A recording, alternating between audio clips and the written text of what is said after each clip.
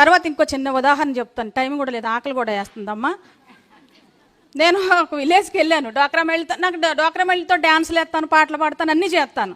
నేను ఎమ్మెల్సీ అయినా సరే కానీ అక్కడికి వెళ్ళిపోతాను, బాల్యంలోకి వెళ్ళిపోతాను. నేను అక్కడికి వెళ్ళాను. నేను ఊరు చెప్పను, జిల్లా చెప్పను, మండలం చెప్పను. ఎందుకంటే వాళ్ళ మీద మళ్ళీ వీళ్ళందరూ కక్ష తీర్చుకుంటారు ఈ కూటమి ప్రభుత్వం వాళ్ళు.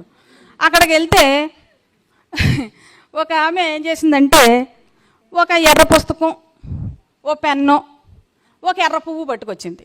ఎర్ర పువ్వు అంటే గులాబీ పువ్వు, అదే కదండి. పట్టుకొచ్చి అక్క అంది. అన్నాను. నీకే తెచ్చాను ఈ పువ్వు, ఈ పెన్ను, ఈ పుస్తకం అంది. ఎందుకురా అన్నాను. అయ్యో ఏమన్నా రాస్తావు కదా అంది. నేనేం రాస్తాను అంది. అదే నువ్వేం రాస్తావంటావేటి, లోకేష్ గారు ఎర్ర బుక్ కట్టుకొని అన్నీ రాశాడు కదేటి, అలాగే రాయి, నువ్వు ఎర్ర బుక్ మీద రాయి అంది. ఇదేంటే మనకి ఎర్ర బుక్ ఏంటి, మనం అంబేద్కర్ బిడ్డలం. తర్వాత జగనన్న గవర్నమెంట్లో రాజశేఖర రెడ్డి గారు వేసినటువంటి విత్తనం నుంచి వచ్చిన వృక్షాలు మనం. ఇప్పుడు మనం మహానుభావుడు అంబేద్కర్ గారు యూనివర్సిటీ, కొలంబో యూనివర్సిటీలో చదివేటప్పుడు ఆయన నీలం, అక్కడ నీలంతోనే ఉంది. ఆ రంగు మంది మన జెండా మీద కూడా ఆ రంగే ఉంటుంది, ఆ పుస్తకం పెట్టుకోవచ్చులే అన్నాను. మరి అసలు రాజ్యాంగం అంటే అది కదా, పవిత్రమైంది కదా. మరి ఎర్ర బుక్ మీద రాసిన దానికి ఎర్ర బుక్ అని రాజ్యాంగం అని పెట్టారేటక్క. అసలు రాజ్యాంగం అని ఎందుకు పెట్టాలా? కష్టపడి రాసింది లోకేష్ బాబు ఎర్ర బుక్. మరి ఎర్ర బుక్ లోకేష్ బాబు అని ఎట్టొచ్చు కదా. అంటే ఎర్ర పువ్వు కూడా, మరి ఎర్ర పువ్వు ఎందుకే, మరి పువ్వు ఇచ్చాను అంతే, ఎర్ర బుక్ లోకేష్ అని పిల్లండి, తప్పేముంది. రాజ్యాంగం అనకండి అక్క, మాకు సిగ్గేస్తుంది. మహానుభావుడు రాజ్యాంగం మన కోసం కదా రాశాడు, ఇదేం రాజ్యాంగం అని నాకు కళ్ళు తెరిపించింది అనమాట.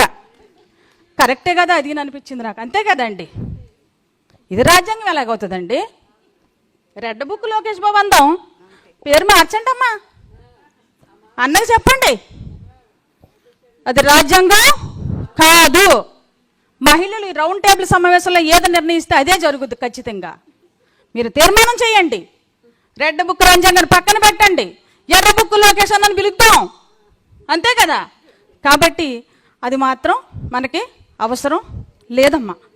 మనం అసలు అలా పిలొద్దు. ఎందుకంటే ఈరోజు చాలా బాధాకరం, కడుపులు కాలిపోతున్నాయమ్మా. మన జగనన్న ముఖ్యమంత్రి కాదంటారట మీరు. మీకు చెప్పమంటారా ఓ మాట? ఇప్పుడు ఒక సినిమా చూస్తాం కదా మనం, ఎన్ని గంటలు ఆడుతుంది సినిమా? 2:30 గంటలు ఆడుతుంది కదా. దానికి డైరెక్టర్ ఉంటాడు, ప్రొడ్యూసర్ ఉంటాడు, అంటే డబ్బులు పెట్టేవాడు, కథను రాసేవాడు, నిర్మాతలు ఉంటారు, డాన్సర్లు ఉంటారు, చాలామంది ఉంటారు. అందులో హీరోయిన్ కూడా ఉంటుంది కదా, ఉంటుందా? మరి కూటమి ప్రభుత్వం 4 ఏళ్ళ పాలన ఉంటుందా? అంతే కదమ్మా. ఇదొక సినిమా అంతే, 4 ఏళ్ళ సినిమా. దీనికి డైరెక్టర్ ఎవరో తెలుసా? మన జగనన్న. హీరోయిన్లు అక్కడే ఉన్నారమ్మోయ్, మనం ఇవ్వద్దు, వాళ్ళు చాలు అక్కడ అన్నీ వేసుకొని అన్నీ చేసే వాళ్ళు ఉంటారు. డైరెక్టర్ మన జగనన్నమ్మా. మన జగనన్న చేసే కార్యక్రమాలు ముఖ్యమంత్రి కాదు మళ్ళీ కావాలంటారంటే ముఖ్యమంత్రి అయినా. ఎందుకంటే సంవత్సరం నుంచి పోరాడితే ఈ ఏళ వదిలేడు. తల్లికి వందనం అని పథకం, అది కూడా ఎవరికి పడలేదు, ఇంకా కొంతమందికే పడ్డది కదా. ఆయన సంవత్సరం నుంచి పోరాడితే ఇవాళ తల్లికి వందనం వదిలేరు మహానుభావులు కూటమి ప్రభుత్వం వారు. కాబట్టి ఎవరికి భయపడాల అవసరం లేదు. జగనన్న ఎప్పుడు కూడా ముఖ్యమంత్రిగానే ఉంటారు. అందరం కష్టపడదాం, ముందుకెళ్దాం. డోక్రా ఇంకెప్పుడు కూడా మాజీ సీఎం అని అనొద్దు, జగనన్నని సీఎంఏ మనందరి దృష్టిలో. కాబట్టి